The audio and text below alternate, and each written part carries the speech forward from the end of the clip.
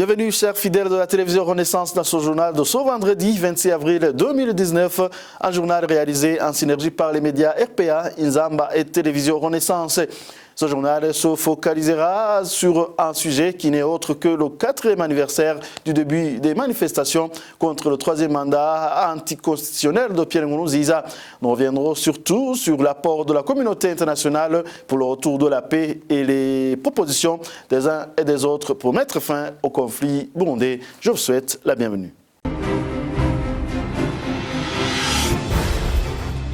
Encore une fois, bienvenue dans la semaine de commémoration du 4e anniversaire du début des manifestations contre le 3e mandat anticonstitutionnel de Pierre Nkurunziza. Les réfugiés burundais vivant dans la ville de Kigali, au Rwanda, ont organisé une conférence débat pour échanger sur le retour d'un état de droit au Burundi. Les précisions avec Rodrigue Ndikumwami. Dans la semaine dédiée, 4 ans déjà passés, beaucoup de Burundais ont dit non à la 3e mandat de Nkurunziza qui ne respectait pas la constitution burundaise et la violation de l'accord d'Arusha. Les Burundais exilés à Kigali ont échangé sur les problématiques qui prévaut au Burundi et la voie de sortie de la crise. Le débat a commencé par une minute de silence pour donner respect aux victimes de la 3e mandat pris par force de Nkurunziza. Natacha Songore, l'une des conférencières qui a animé le débat avec le thème « L'apport de la femme dans le rétablissement de l'état de droit au Burundi ». Natacha Songore a demandé aux réfugiés burundais exilés à Kigali, tout à chacun, de penser comment ils peuvent participer au rétablissement d'état de droit. Les Burundais en exil, tous ceux qui ont participé activement aux efforts de sauvegarde de la Constitution de Arusha, qui ont essayé d'arrêter ce bien qui était commis au Burundi, tous les Burundais se sont heurtés à des problèmes récurrents qui n'étaient en réalité que la manifestation d'un problème de profond. Permettez que je partage avec vous cette piste de réflexion que nous aurons certainement l'occasion d'en discuter plus avant durant la conversation dessus. C'est que nous sommes, je pense que notre livre l'a abordé dans notre monde, c'est que nous sommes souvent dans une dynamique de réaction. Que ce soit les défenseurs des droits de l'homme, que ce soit les hommes politiques, que ce soit les citoyens ou les citoyennes, nous nous retrouvons très souvent dans une dynamique de réaction. Et souvent la réaction est notre part.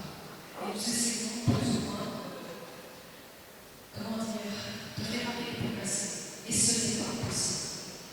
Donc dans cette réflexion de l'apport de la femme du citoyen en général au rétablissement de l'état de droit, il y a cette question: comment est-ce que moi, en tant qu'individu, je peux participer au rétablissement de l'état de droit?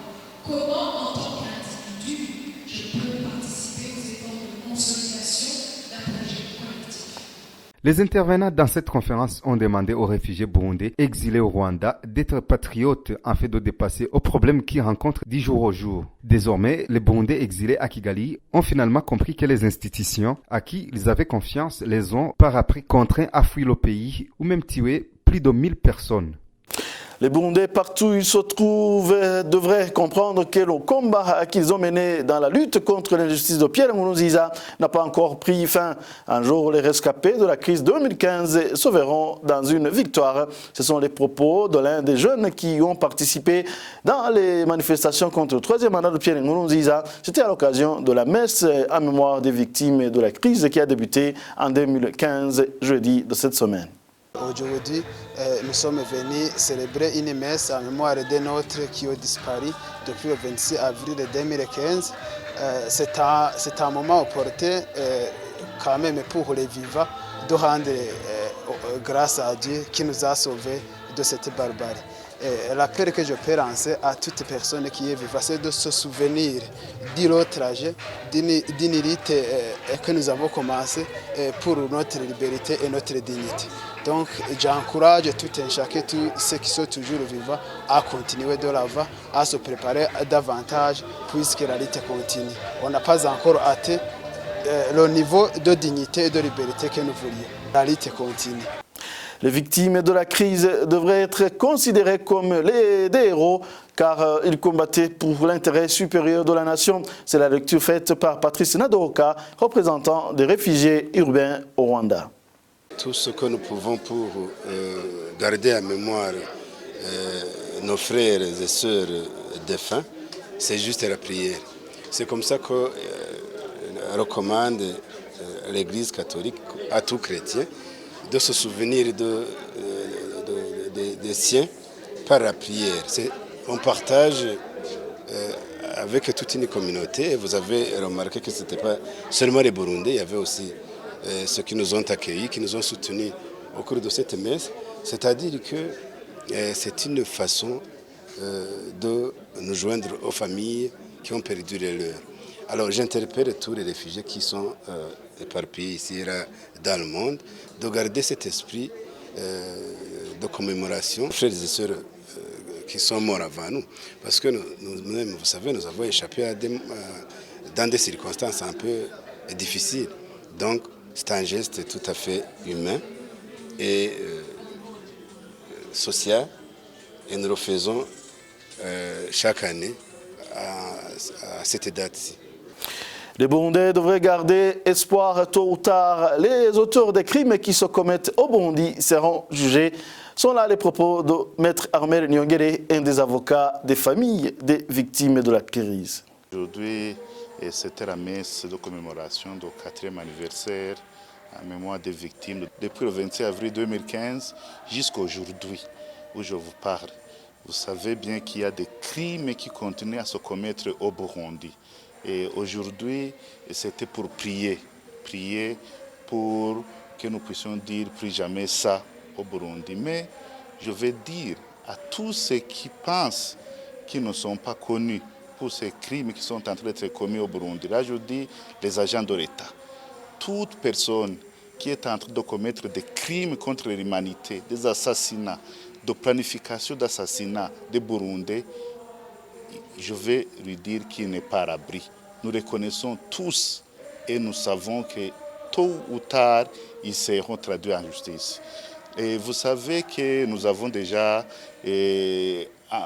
transféré, nous avons déjà envoyé un dossier à la Cour pénale internationale des crimes commis au Burundi, des crimes qui relèvent de la compétence de la Cour pénale internationale. Le dossier est en cours, l'enquête est en cours, et je vais dire à toutes ces autorités, à tous ces agents de l'État qui se cachent derrière le pouvoir de Pierre Nkurunziza que tôt ou tard ils seront traduits en justice. Nous ne pouvons pas laisser ces crimes impunis. Ça, je vous le dis. Et là, je voudrais demander aux victimes, aux familles des victimes, de conserver toutes ces preuves parce que nous en aurons besoin devant la justice, que ce soit devant la justice internationale, que ce soit devant la justice burundaise au cas où la justice sera indépendante. Et là, je pourrais aussi saluer le courage des agents de l'État, de certaines autorités de l'État qui continuent à nous donner des informations de planification des assassinats qui sont en train d'être commis au Burundi. Nous saluons vivement le courage de ces autorités. Le journal poursuit. L'Union africaine et les partenaires internationaux semblent avoir échoué à enrayer la crise au Burundi. L'absence d'analyse commune sur la nature de la crise nourrit la désunion de la communauté internationale et de la sous-région et a permis à Pierre Nkurunziza de repousser toutes les tentatives de résolution de la crise burundaise. Nadège Ilakozi.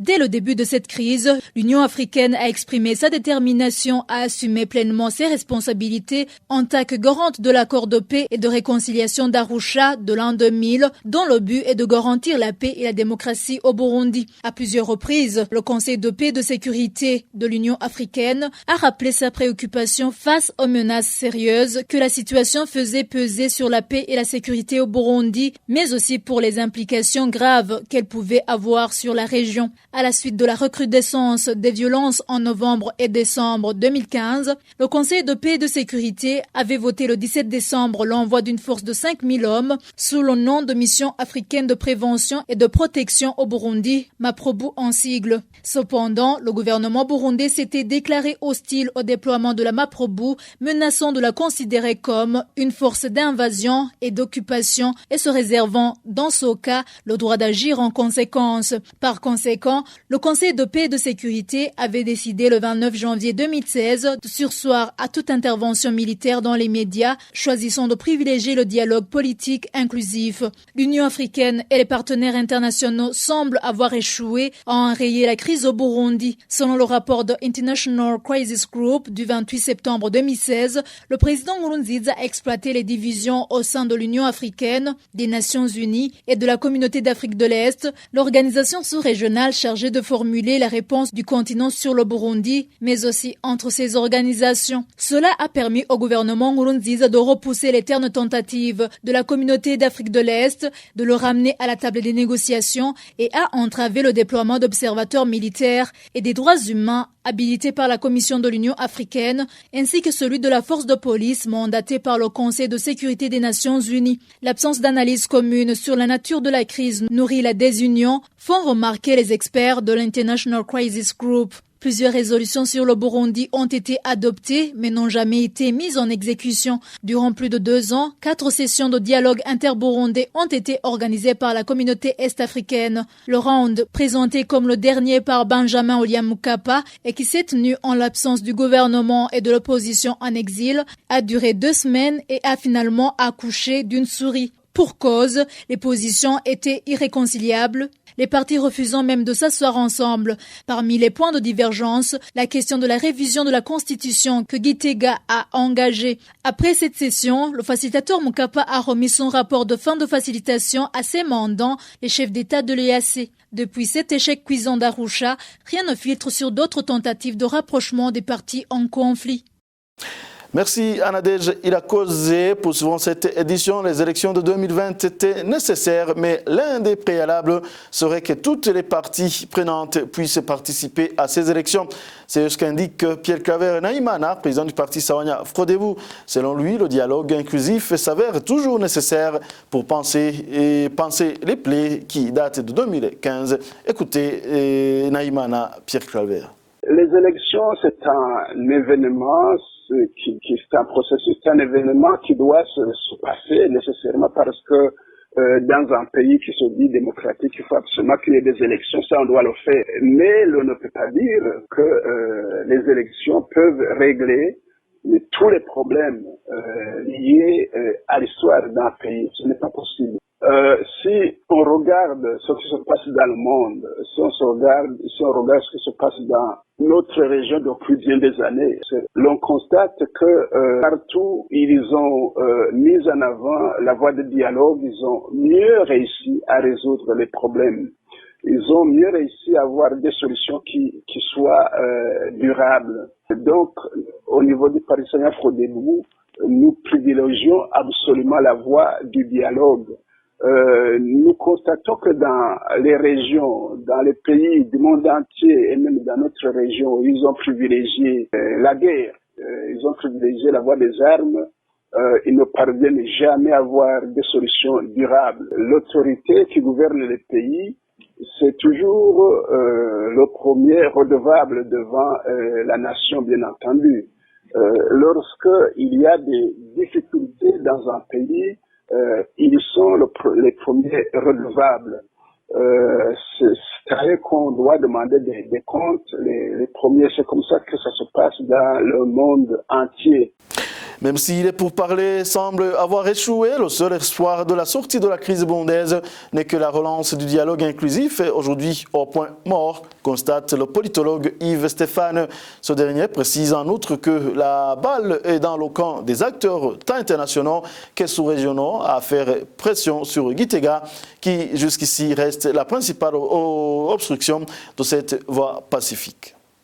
Je pense au jour d'aujourd'hui, d'après l'évolution de la crise burundaise, il y a 2 scénarios de sortie de crise.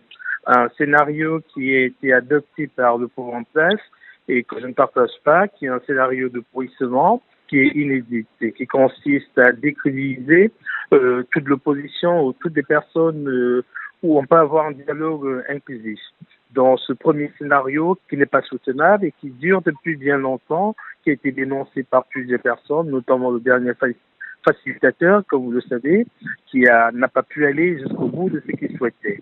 Par contre, il y a un deuxième scénario qui peut voir le jour, ce scénario qui est une approche inclusive qui consiste justement à faire aboutir le processus d'Arusha, à pouvoir remettre en place cet élan qui a été lancé depuis plusieurs années, qui permet de trouver un équilibre, une paix sociale, une prospérité pour le Burundi, et en mettant en table tous les belligérants, je veux dire toutes les personnes, quel que soit leur parti politique ou leur approche, de manière à pouvoir débattre et de pouvoir amener un certain nombre de solutions pour les Burundais et aussi pour la sous-région.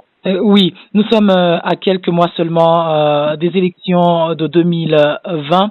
Est-ce que peut-on considérer que ces élections pourraient constituer une solution en soi à cette crise justement burundaise? C'est une approche de solution, un début de solution, mais pas tout à fait la solution. Et pourquoi j'ai dit que c'est pas la solution? Parce que c'est une approche nécessaire, mais pas suffisante. Pourquoi elle est nécessaire? Parce que ça permet un renouvellement politique, que ça permet de donner les gages pour avancer vers ce processus d'Arusha, comme je disais il y a quelques instants.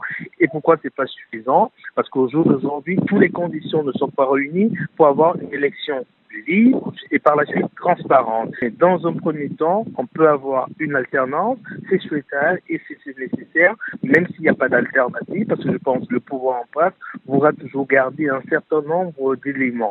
Merci à vous de avoir tenu compagnie. C'est ce qui prend fait cette édition réalisée en synergie par les médias RPA, Inzamba et Télévision Renaissance. À la prochaine.